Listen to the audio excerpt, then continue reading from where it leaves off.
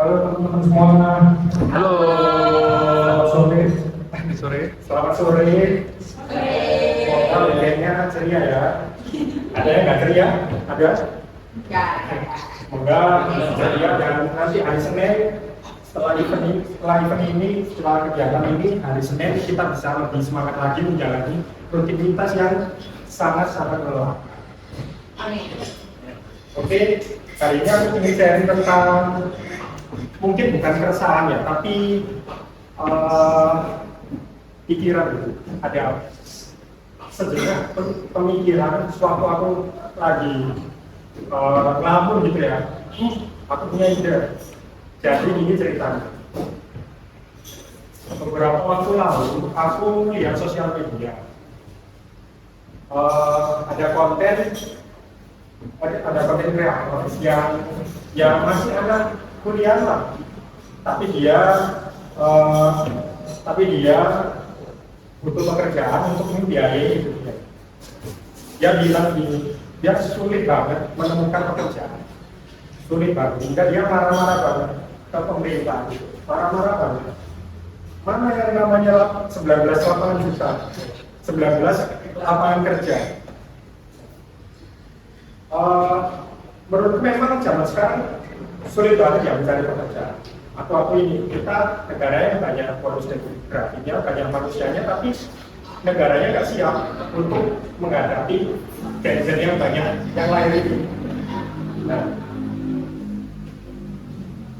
aku jadi punya pikiran nih, gimana solusinya agar negara kita, agar kita bisa menjadi lebih mudah dapat kerja buat kedepannya, karena kedepannya pasti makin sulit lagi, dan yang lulus semakin banyak, dan kalau orangnya semakin banyak, pemerintah jadi semakin ribet, dan mungkin yang paling buruk bisa jadi negara ini chaos dan kita jadi negara yang penuh konflik, sulit mencari kerja, sulit hidup dan lain-lainnya.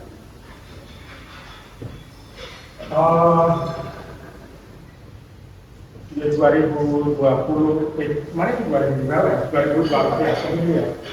Nah, itu kan ada jadi 19 juta lapangan kerja. Sedangkan 19 juta lapangan kerja itu sulit untuk diciptakan karena itu membutuhkan investasi dari negara asing ya, untuk membuka lapangan kerja di sini. Nah,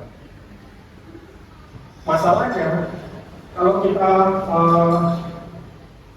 berpikir dengan cara investor, buat apa kita invest di negara yang aturannya nggak jelas, banyak tukang parkirnya, padahal cuma untuk kopi 1.000, parkirnya 2.000.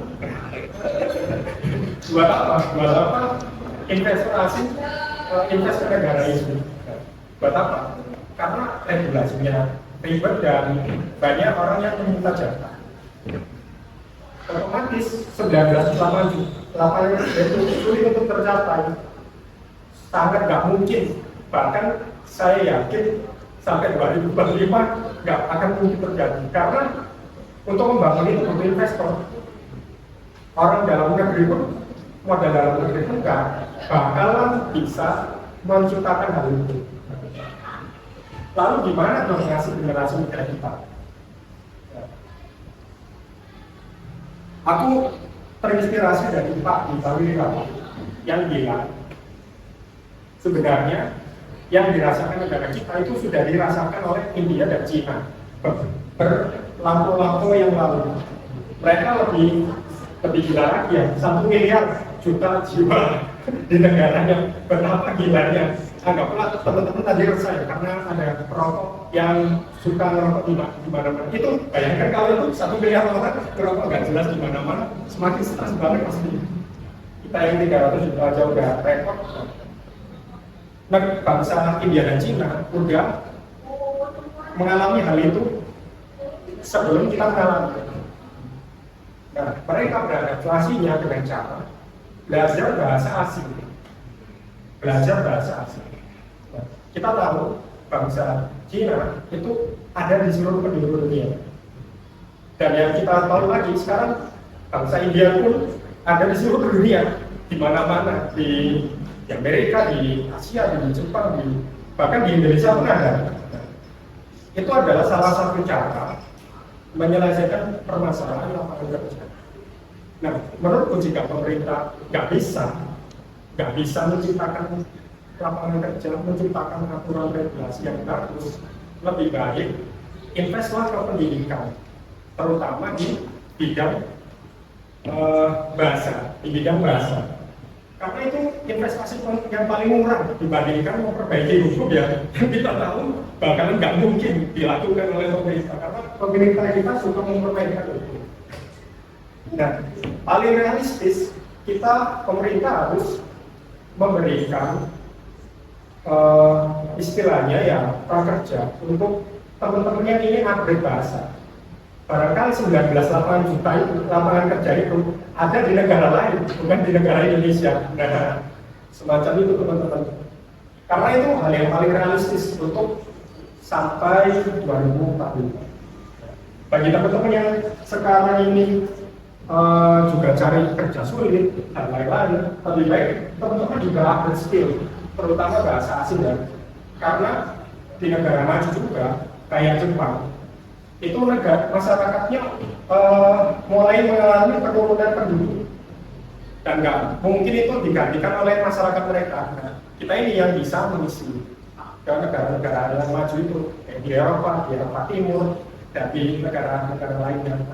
Itu adalah solusi simpel karena aku yakin ya kedepannya bakal semakin chaos negara ini dengan masyarakat yang sebanyak ini, dengan aturan yang nggak jelas semacam ini bakal chaos. Tapi kalau kalian bisa kabur ke lingkungan yang baik, aku yakin kalian bisa berubah. Mungkin itu aja dari aku. Semoga ide ini barangkali menginspirasi teman-teman juga untuk belajar bahasa asing. Sekian, terima kasih.